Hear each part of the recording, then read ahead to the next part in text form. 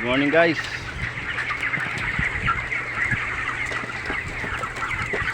Dito, sobrang init ngayon.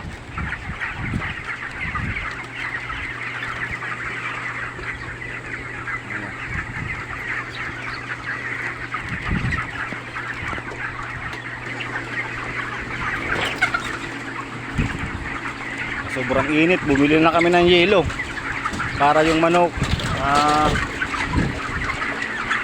maayos yung pakiramdam. Sobrang init ngayon. Ano? Yan nag-araw. Sabing init, diba? Yung blower na yan, may ano yan, may tubig para yung singaw ng hangin is malamig, hindi siya mainit sa katawan ng manok. Mamaya maglalagay kami dyan ng yelo. Tapos dito sa planggana naman may tubig, lalagay ko na ng yelo para malamig yung iinumin nila, para fresh sa katawan nila. Kaya para di dumami yung patay, hindi ma-estropan sila.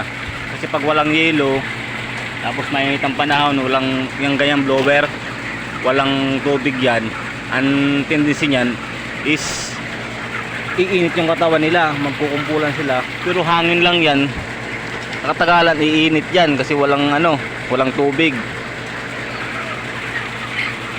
Sige. Mamaya lalagay ko na ng yelo. Kuha ko ng yelo, maraming yelo na bumili eh. Maglalagay kami ng yelo sa drum para malamig ang inumin nila. Ngayon okay pa ngayon, makulimlim pa eh, hindi pa masyado mainit. Pero mamaya ito mga alas 12 hanggang alas 3. Ayan, sobrang init na yan. Maraming namamatay pag sobrang init. Kaya kailangan may ano, may solusyon. Pag hindi mo pag walang solusyon, maraming patay mo. Hanggang dito lang muna tayo.